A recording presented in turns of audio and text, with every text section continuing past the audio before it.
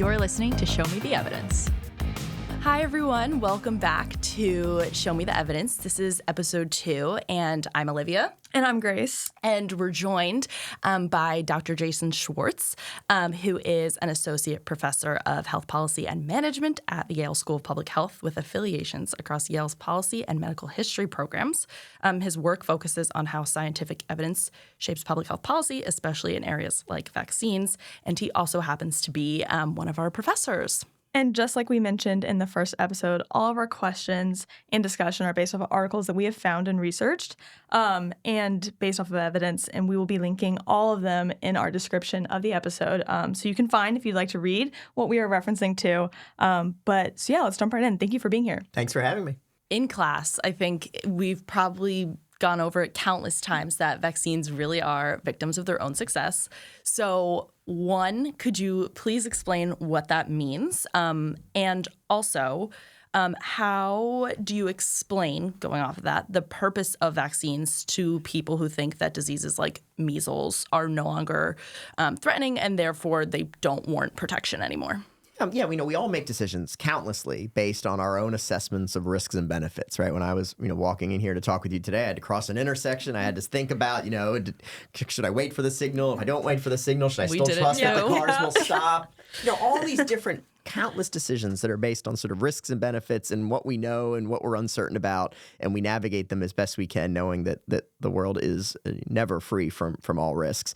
And vaccines are sort of part of one of those many kinds of decisions that parents have to think about based on information they have, information they see, drawing upon that to help make decisions. And it's certainly the case that thanks to generations of vaccine efforts here in the United States and around the world, many of the diseases that are on that schedule are barely pronounceable, let alone familiar to the vast majority of parents and even many physicians, right? Haemophilus influenza type B is not something that, is talked about at local coffee shops and not something that even many healthcare providers who are in their 20s and 30s and 40s have encountered. But if you talk to physicians who were practicing in the 1970s and 80s before we had a vaccine against Hib, as it's known in its shorthand, the stories are devastating of children just catastrophically sickened from this bacterial infection that is now all but invisible thanks to 40 years of vaccination. And that story goes on and on for other routinely recommended vaccines. We are learning in our class that it's one of the most important vaccinations to get. And we had widely in the United States had our elimination status of measles, but we're currently seeing, vaccination rates have dropped and we are seeing resurgences. Texas earlier, but South Carolina most recently, and then a couple other hot spots around. So I wanted to see if you could, first talk about this concept of herd immunity, what that means. We, I think, brushed upon it in our first episode, but we wanted to wait to actually explain it until now. So what herd immunity is, and then why is that so dangerous if we fall below herd immunity? Yeah.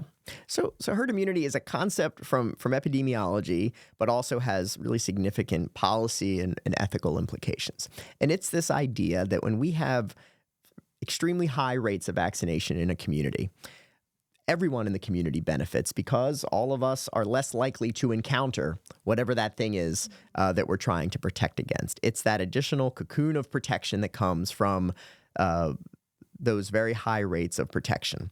So, we think about it, it has epidemiological characteristic that's a property of each particular virus or bacteria, and measles, one of our most effective transmitters from person to person, is so effective that the idea is that if you have a vaccination rate about 95%, you will have contained the ability of the virus to spread. You basically have knocked out enough potential fuel for an epidemic so that the measles doesn't have enough of a venue to spread from person to person. Other viruses or bacteria are somewhat less effective in transmitting, so you can do a little less than 95% and still obtain those community benefits. That's herd immunity in a nutshell. And it's a recognition sort of in the policy sense that everyone benefits from high rates of vaccination in a community. And that's important because no vaccine is 100% effective, even for those who receive it. And we often don't know who at any given moment in time actually doesn't have the sufficient levels of immune protection should they be challenged by the thing that they thought they were protected against. So better not to test that. And herd immunity and reaching those thresholds allow it. And also, in communities, there are individuals who are too young to be vaccinated, which in the case of measles is almost every kid under the age of 12 months, or there are individuals who can't be vaccinated for medical conditions. They may be immunocompromised. They may have received a transplant or other conditions that prevent vaccination. They may have high-risk conditions that have increased their risk from it, so that the degree to which there are less challenges to that safety net in a community benefits everyone. So that's this sort of key idea of herd immunity, and we see it so often in the context of measles, again, because it is such a skilled vehicle in order to exploit any vulnerabilities in our vaccination coverage, as we're unfortunately seeing this year. So regarding South Carolina specifically, I guess, herd immunity, I think in South Carolina, correct me if I'm wrong, but like we're seeing it at like 92%. And so we're below that threshold, and the majority of people that end up hospitalized are unvaccinated.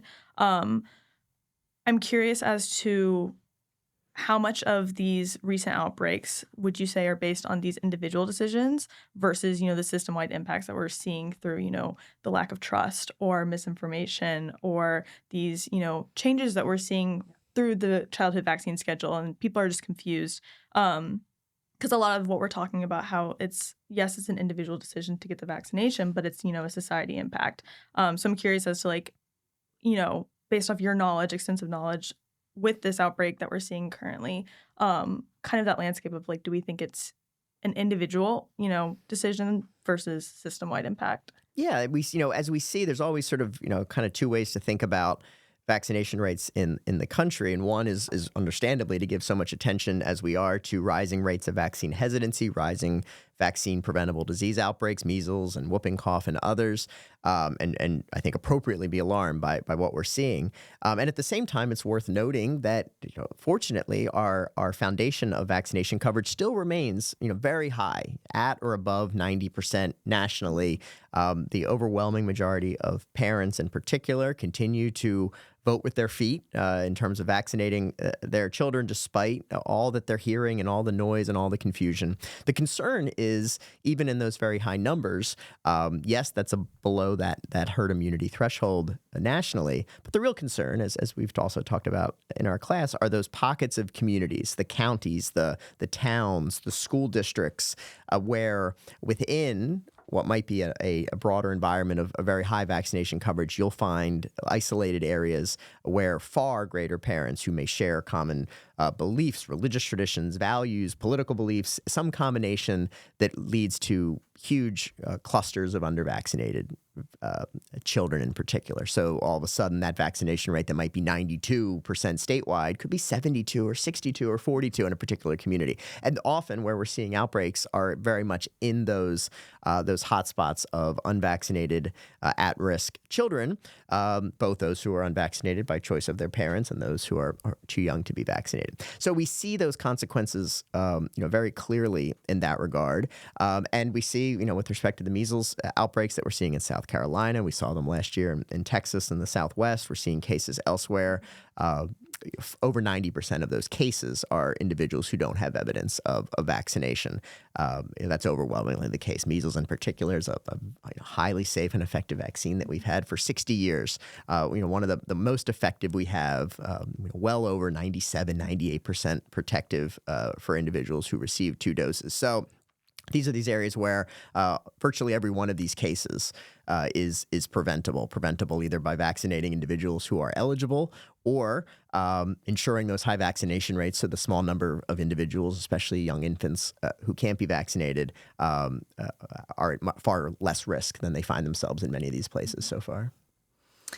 In doing my research for this specific episode, one thing that stood out to me was that it's not always strong anti-vaccine beliefs, but instead kind of confusion and a lot of voices in one conversation that lead to low vaccination rates. I mean, we just talked about the overhaul of the ACIP and just no longer being able to trust an entity that you once thought was reliable. So from your perspective, how much of declining vaccination is about false information versus people ultimately just being unsure who to trust? Yeah, no, I think the latter is really the driving force, especially recently, that even in the best of circumstances, there's a lot going on with navigating vaccination for young parents in particular who may be thinking about these issues for the first time, in addition to all the other issues that parents have to think about in terms of how best to care for their children, whether it's food and nutrition and how to,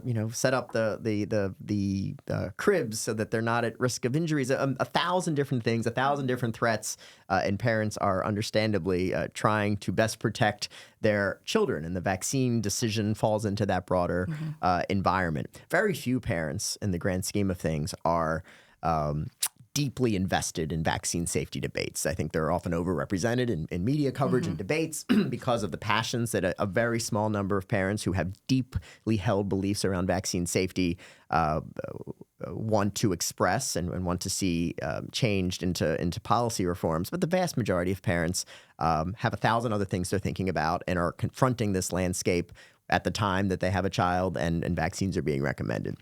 And that's where this climate of confusion and uncertainty, I think, really is one of the greatest threats to vaccination these days in the United States, because it's hard not to imagine parents and others just being bewildered by all of the claims and counterclaims of this vaccine causes that, and this vaccine hasn't been adequately tested, and this vaccine ingredient could be associated with this harm, and these vaccines aren't as important as they used to be. And to hear even just fragments of those headlines that are getting attention from the kinds of public health agencies and platforms that folks have come to look to for guidance for generations, understandably is leaving parents at a loss to figure out how to make sense of this. And they're turning to their healthcare providers, their pediatricians for help with that. But the concern, as has often been a concern with hesitancy towards vaccines, which is by no means a new phenomenon, is this idea that there's a sense that, oh, maybe I'll just pause for a little bit. I'll just I'll figure it out some other time. And maybe the safer thing to do is to just wait or delay or to sort of be more prudent in how to use vaccines. And that instinct, while it's sort of understandable, creates a new level of risk. The longer that children go unvaccinated, the more that vaccines are delayed. It increases that window, as we talked about with measles, where kids are now at the very real risk of the diseases from vaccines based on often a well-intended but still perhaps harmful effort to try and sort of take the potential risks or fears that they're hearing about off the table. And I think that's a huge driver of some of these rising rates of under-vaccination we're seeing these days. So I thought it would be important for this episode to kind of talk about overall, like the childhood vaccine schedule, how those decisions get made, how it impacts policy, and then so in general, but then also what's recently happened in the past year since RFK Jr. has become our HHS secretary, and there's been a lot of talk about the different changes in vaccine schedules. So I wanted to see if you could kind of set that kind of context and background behind that. Sure, absolutely. So the recommended childhood vaccination schedule in the United States is a product of lots of voices, lots of expertise, lots of evidence that for decades have tried to create a way to distill down how many vaccines we've had, how best to use them, in which groups and when. And predominantly that work has been guided by the Centers for Disease Control and Prevention and an expert advisory committee called the Advisory Committee on Immunization Practices, or ACIP. And this has been an expert panel that's been around since the 1960s that has worked to draw upon the best evidence about approved vaccines, figure out which age groups, which populations, who should get them and when. And that evidence-based schedule has been the gold standard for how vaccines have been deployed in the United States. It's been closely watched by public health officials, state health departments, pediatricians, families to navigate what is, even in the best of times, a really, really complicated landscape in terms of how to keep track of the changing numbers of vaccines and doses and guidelines and evidence around them. So we've turned for decades to the CDC and its expert advisors. They've been the North Star in our system. So how do then the changes that we're talking about as we see a changing vaccine schedule, how do those changes at the policy level then actually show up in people's day-to-day lives? Yeah, so these federal roles in vaccines are extensive, but with respect to the schedule, they are only recommendations. They are these evidence-based best practices that set the terms of the conversation for when vaccines should and can be deployed in pediatric settings. They're also the kinds of things that state health departments followed to understand when, in which cases, some vaccines might be required for school attendance, a related topic we might turn to. So we've seen that. We've seen now the changes that have come over the last year and a half that have really fundamentally transformed both the composition of this committee, its mission, and its products. Generally, what we've thought about when we hear and when parents may encounter vaccines at their child's pediatrician is the schedule of vaccines, where there is an assessment that, as a general rule, all children ought to receive a particular vaccine at a particular age range. So those clear kinds of recommendations for vaccines against measles and polio and hepatitis and pneumonia and other diseases, where the role of the CDC had been to make those assessments with help from their advisors and put forward the schedule of saying, here's the vaccines that individuals ought to get. And a number of vaccines over the past year were effectively downgraded from that much more full-throated endorsement to this sort of, I've sometimes referred to it as sort of a choose-your-own-adventure idea of saying, think about it, but we're not going to even sort of, suggest where you might land. That's a very significant, philosophical shift in how the federal government has tried to advocate and promote vaccines. And it's one that we know has created significant confusion about the importance of vaccines. So I wanted you to kind of explain, I imagine that the process traditionally, it's not just we meet one time and then we vote on it. It's more, evidence-based, and it goes through, the voting process behind or with these experts. So I wanted to see if you could kind of explain that process, that it's not just a very fast decision that's automatically made and impacts policy down the line.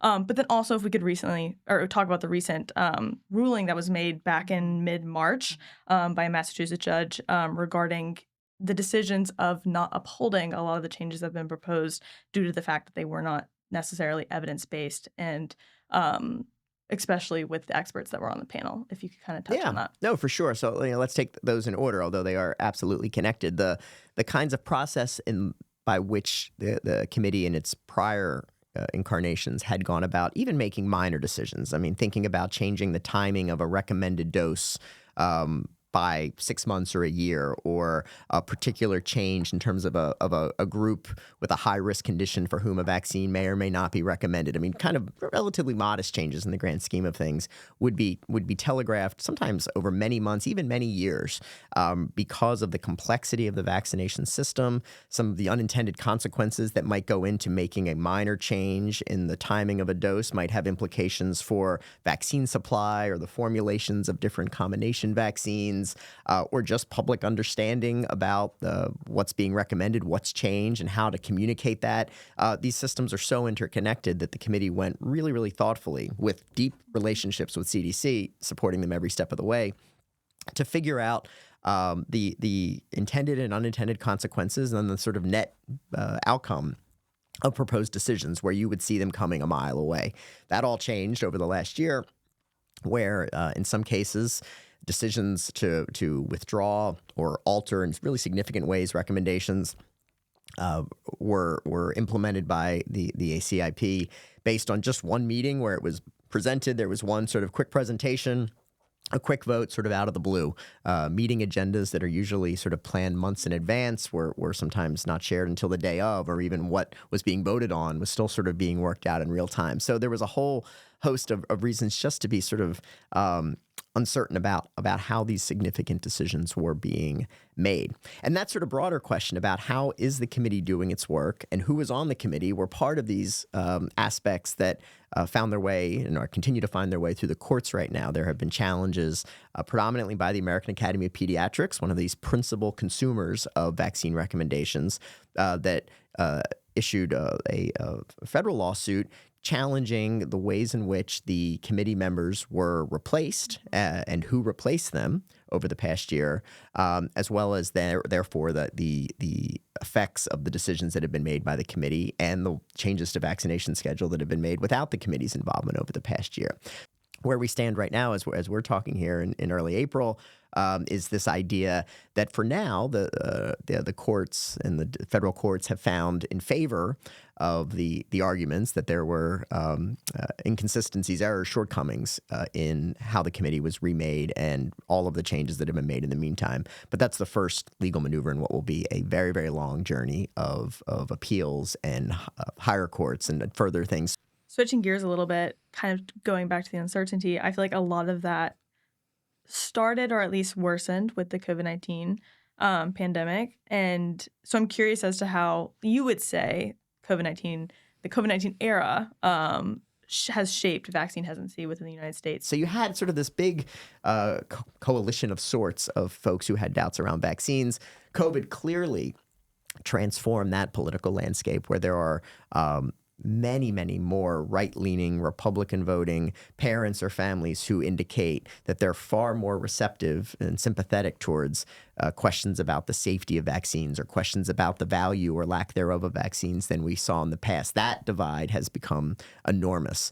At the same time, closely related, the COVID pandemic instilled a broader climate of distrust and frustration in public health officials and public health recommendations and public health science, not just limited to vaccines, which again sort of has, at least for now, a pretty clear partisan bent in ways that are obviously harmful to the sort of apolitical nature of trying to keep kids healthy, that is added to sort of the scale of the challenges facing vaccination efforts. Can you explain why vaccine mandates differ so much state to state, region to region, and how that impacts different outcomes, some that we're seeing now, and why that happens? Every state has slightly different schedules of required vaccines, but there's lots of alignment. I think there's lots of alignment, particularly as it relates to measles and polio and pertussis, and many of the vaccines are overwhelmingly required in essentially every state. Where you see far more difference, to your point, is when, if ever, should parents be excused from getting those required vaccines for their children and their children still being allowed to attend school, because that's essentially the stick that's attached to these requirements. And when there are medical reasons for that, for vaccines not being appropriate, then of course that's a pretty easy one. But the broader question is, when should these non-medical exemptions that are available in most states that parents express either a religious belief, a moral belief, some sort of philosophical or personal belief, when should those be accommodated? Here in Connecticut, where we're speaking, the state legislature passed a bill 5 years ago that said effectively never. Yeah. The community benefits of vaccination are so great that parents cannot opt their children out of required vaccines for non-medical reasons. That's a rarity. The vast majority of states allow some options of either the religious or personal belief variety. It's a hot button issue, lots of legislative activity in every state, litigation as well, has been for decades. And, so many of these issues, while they're getting new attention, do have long histories. But it does boil down to this fundamental idea of sort of where do we strike the balance between parental choice and the sort of decision they provide for their children and the government's responsibility to protect public health, including those children who may be attending school, even if they're vaccinated, in communities where there may be larger number of parents who choose otherwise. So that's where we see enormous activity, lots of efforts to lobby and to reform and to litigate these areas. But to the degree in which these exemptions are available, they are pretty significant threats to the high rates of vaccination coverage that we know would be necessary to keep so many of these vaccine preventable diseases at bay. So circling back to kind of information sharing, during our research, we encountered a 2026 Harris poll, which found that the majority of Americans say that they know that social media is the primary source of false health information, and yet it's still where most of them go first for health and science news. So what does it mean that people know this and yet they still rely on it? And what are science communicators missing then for hesitant parents? I think that's what we've seen a lot of. It's that we know that parents who are wrestling with decisions around vaccines generally are not needing sort of education of the sort of fact sheet variety. They need to find voices with whom they have reason to believe are trustworthy, who feel like they are speaking to them, not speaking down to them, but trying to empathize with the challenges that parents are facing, and to try and figure out messages and strategies that are far more accessible and engaging, both for the parents themselves, and I always think too for all the other folks who are the sort of intermediaries, the trusted voices who also are consuming these content, the healthcare providers, the physicians, the nurses, the folks who also are struggling to keep up with everything we're seeing, but are often the ones, the faces that parents do turn to. So I wanted to ask kind of what is it about, consuming information today, whether that's through social media or podcasts or fact sheets or, whatever it may be, that kind of brings these old fears anew, and makes them uniquely, persuasive. And what do we know from history that has happened and that has shown that we can not push back, but kind of, amend those fears and, help communicate, like we were just talking about, that, it's okay to have questions, but that, you can trust in the fact that like vaccines are safe, vaccines are effective, and it prevents from a lot worse things happening. Yeah, and a lot of that, it requires acknowledging the fact that this is a continuously developing story, that it isn't the idea that all vaccines are safe, full stop, case closed, any question otherwise is sort of blasphemous, that's an ongoing process that demands continuous evaluation and research, and recognizing that vaccines are safe doesn't mean that there aren't rare, limited, overwhelmingly minor adverse events, harms that can come. To sort of acknowledge those, that helps build trust of saying that, just in the same way that we think about, air travel being safe, that doesn't mean, unfortunately, that there aren't accidents and mishaps that we hope to learn from and strengthen going forward. And that's true for anything in life. So helping explain that safety isn't trying to shut the door on conversations about what we continue to learn and what we know, but to use that as an ongoing tool in the same way as effectiveness is as well. It's this interesting reminder. I always think about how vaccines are both the medical intervention that parents predominantly are faced with for their children, but also this broader public health community intervention where we think about this particular role that government plays. And that creates complexity, particularly in this modern period over the last 30, 40, 50 years, where understandably and appropriately, we demand that patients are active partners and voices and contributors in their own healthcare decisions. That is a departure from sort of bygone eras where paternalism ran rampant and patients barely were told what their conditions were. The idea of the movement beginning in the 1970s to say, no, patients absolutely need to be partners in their healthcare decision. That includes vaccines as well. And that sometimes creates tension with this idea of saying, well, wait a second, if I'm trying to learn, trying to appreciate, trying to answer these questions, and at the same time you're telling me that if I don't vaccinate my kid against this host of vaccines, they can't attend school. That feels like a giant disconnect. So I think that, is embedded in that broader set of tensions that looks different from debates in the past. But in general, right, there is this remarkable continuity about just this fear. I think a natural fear, especially vaccines being injected through the skin overwhelmingly, that the need for reassurance that nothing in that vial can cause harm worse than the harm that it's preventing. That idea of the appreciation, the democratization of information and evidence and papers that look more reputable than they may be makes it much harder, I think, to navigate the scientific issues that are often one step below the surface of so many of these vaccine debates. And I think that's something that's changed a lot over the years. You've studied vaccine policy and public trust for your entire career. And we are kind of right now in an unprecedented time where, you never know what headline you're going to see. Lots of things are changing. Federal guidance is contested. Misinformation is spreading on new platforms that we previously did not have. And, we've discussed throughout this entire episode, parents are navigating all this largely on their own with, some still, trusting their doctor to have these conversations with. So I'm curious as to, what keeps you confident that this will get better.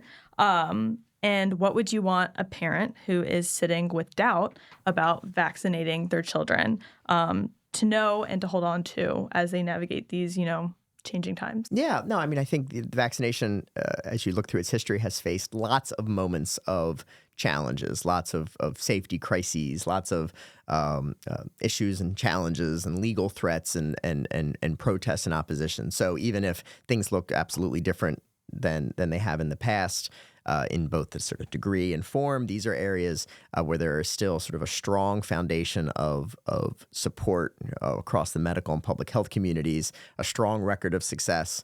Some of the most effective tools we've got in our medical arsenal that hasn't changed despite the claims and counterclaims and recommendation changes and all those different things away. So there's still a really strong foundation and a strong foundation of support, as we've also noted in the class, that the overwhelming number of parents, not just in terms of vaccination rates, but even their core beliefs of the value of vaccinations, the idea that vaccines save lives, is still an area where there actually is far more support and bipartisan support than it might seem. So that idea, that resilience in the face of lots of threats, to be candid about it, is a reason to believe that the work that will be coming ahead to either reimagine or rebuild or restore both the sort of vaccine policy system and public confidence in vaccination to the kinds of levels that we would like to see, despite these recent trends, isn't starting from ground zero. This is a question that we intend to ask all of our guests going forward. And so what do you think is the most important thing for people to understand about vaccines and how decisions around them are made? So pretty broad, but take it away. Yeah, that there are, that's a great question. The idea that there is incredibly little that is overlooked or taken for granted in ensuring the safety and effectiveness of vaccines, especially vaccine safety, that even long before this current period of confusion, there was a widespread recognition that there could be no corners cut, there could be no compromises regarding the safety of vaccines. And to the extent that so much of what we're seeing right now in terms of changes to policies and messages are either explicitly or implicitly alleging that vaccine safety has been overlooked or minimized or covered up or worse, the record tells a very different story. Is that precisely because we're giving interventions to the vast majority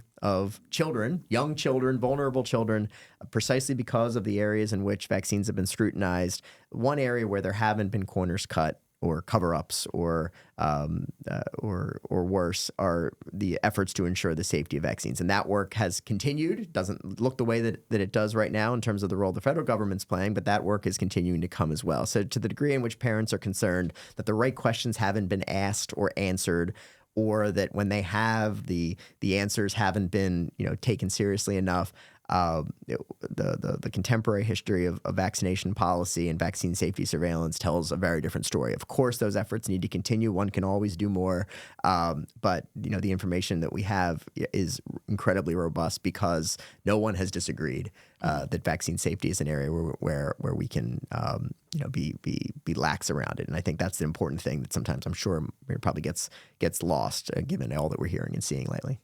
Yeah. Well, this was great. Yeah. Thank you so much for joining us. Great to be with you. Thank you.